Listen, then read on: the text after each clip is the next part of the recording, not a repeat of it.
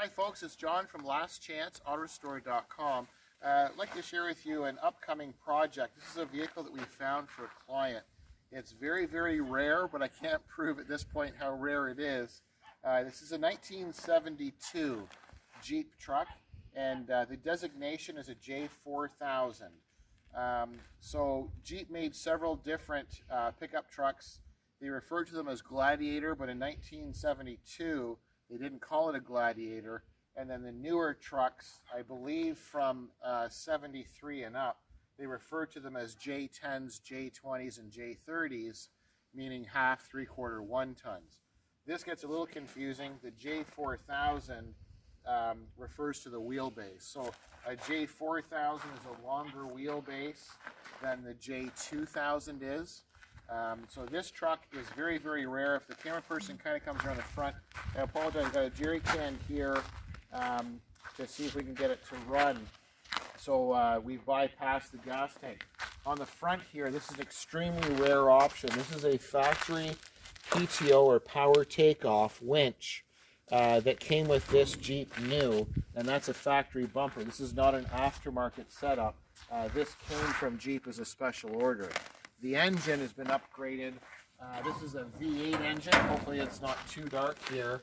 You can see some of the tag is still on the side of it. It's a 360 V8. This is an AMC 360 engine with a General Motors. It's a heavy-duty 400 transmission, and it's a four-wheel drive. So the odd thing about Jeep, especially in this series, 1972, when they produced these trucks, they did not designate a serial number sequence for pickup trucks or Wagoneers or other models. So all Jeeps went down an assembly line, and they're all randomly, as they were being built, were assigned a number. If you compare that to, say, Chevrolet trucks, when they went through the line, the production numbers started at, say, 1,000, and they ended at 5,000. With Jeep, there's no way at this point to really know how many they made, but we'll continue to do some research. So our client that we purchased this for has a newer Jeep pickup, and it's too far gone. The frame was completely rotten, and it was a 6-cylinder manual transmission, just a regular truck, and newer with the rectangular headlights. And we started doing research. We're in Ontario, Canada. These trucks are extremely rare. So this is the upgraded model. This is the custom cab. It's got quite a bit of body filler and stuff in it. It's been painted a couple of times, but the bones are there. A heavy-duty frame, heavy-duty front and rear differentials, and everything seems to be quite intact other than quite a bit of body filler.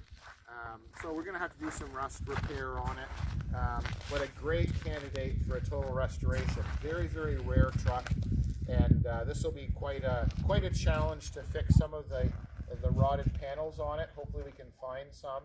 The rocker panels are completely gone. The fenders have holes through them and so on, but as we come along, we'll just get the camera person to kind of follow me along. I won't bore you too much with the details, but this is the custom cab, and it was ordered as a 2-tone. So this would have been a special order, having the power winch, the V8, an automatic, and a 4-wheel drive with the longer wheelbase being the J4000. You can see there's chrome all around the windows here. Most of these trucks did not come with the chrome around the front window frames. They did not have the chrome down the sides, nor did they have the chrome around the top of the cab, where this one does. And then this is your natural 2-tone line. Something that's wrong or different here. The factory, there's a dominant seam that comes all the way across this back panel that the tail light and reverse light attaches to. This seam from here back should all be white to match the 2-tone. So to be factory correct, the tailgate, the back bumper, and this back panel right along here was all white to match the white here, and then this was the color of the lower 2-tone. So somebody's changed this. You can see all the way along. There's lots of body filler, lots of damage to the back here. But like I said, this is really rare truck. You can't tell how bad the truck floor is or the bed floor is. We just unloaded it from our trailer. So once we get all the snow melted out, we'll see how bad it is. And as you come down the side, so not an overly fancy style.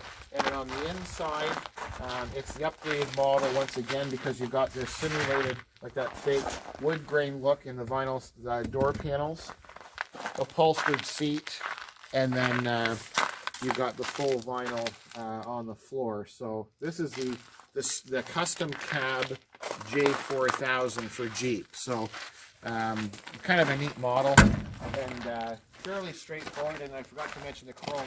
When you go with this upgraded trim level, you have chrome all the way around the windshield too.